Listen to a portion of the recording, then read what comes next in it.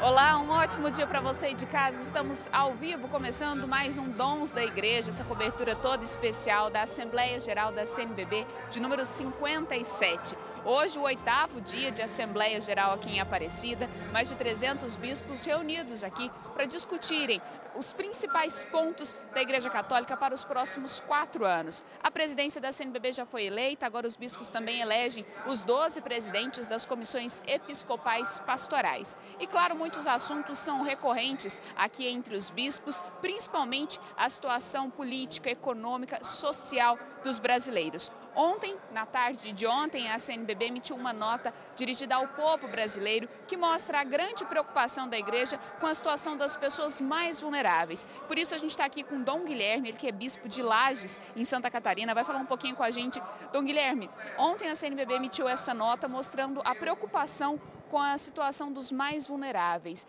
Nessa nota fala justamente sobre a questão de políticas públicas que ainda são ineficazes. Como que a igreja vê essa situação hoje no país? Bom dia.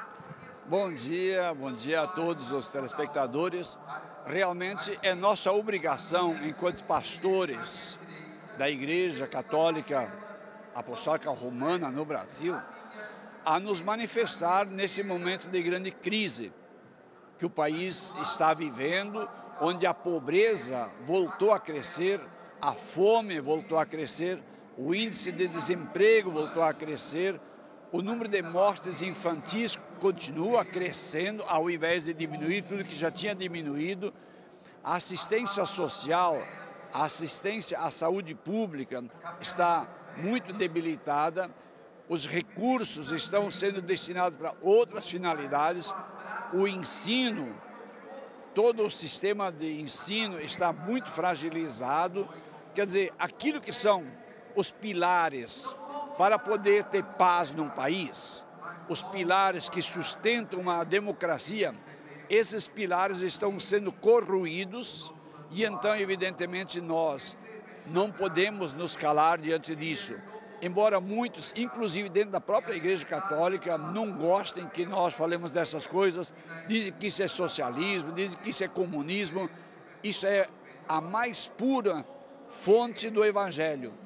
O DNA do Evangelho, a primeira bem-aventurança de Jesus Cristo em São Mateus, no capítulo 5, em São Lucas, no capítulo 6, primeira bem-aventurança é a bem-aventurança que fala bem-aventurados os pobres. Depois, dentro das bem-aventuranças, fala bem-aventurados aqueles que promovem a paz. Não existe paz sem justiça e não existe justiça sem justiça social. Então, motivados pelo Evangelho, nós não temos nenhuma outra motivação a não ser o amor ao próximo.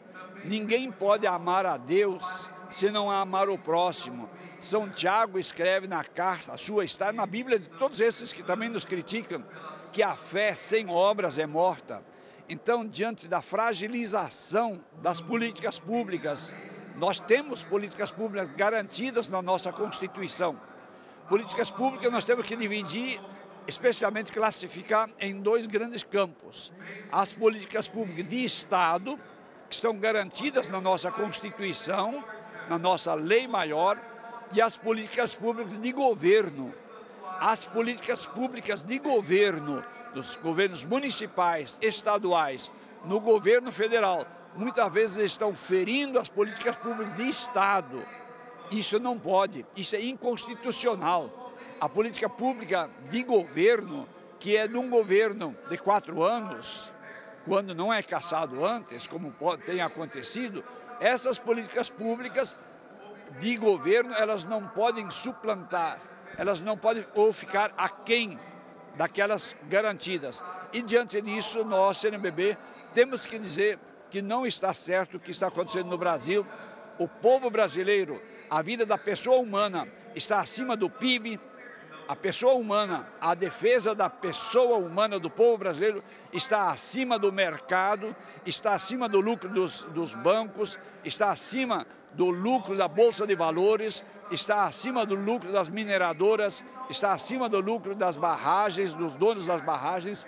E por isso, diante de tudo isso, nós não podemos calar e fizemos essa nota, mas também uma nota de esperança, que o povo brasileiro não pode ficar de braços cruzados, o povo brasileiro não pode ficar calado.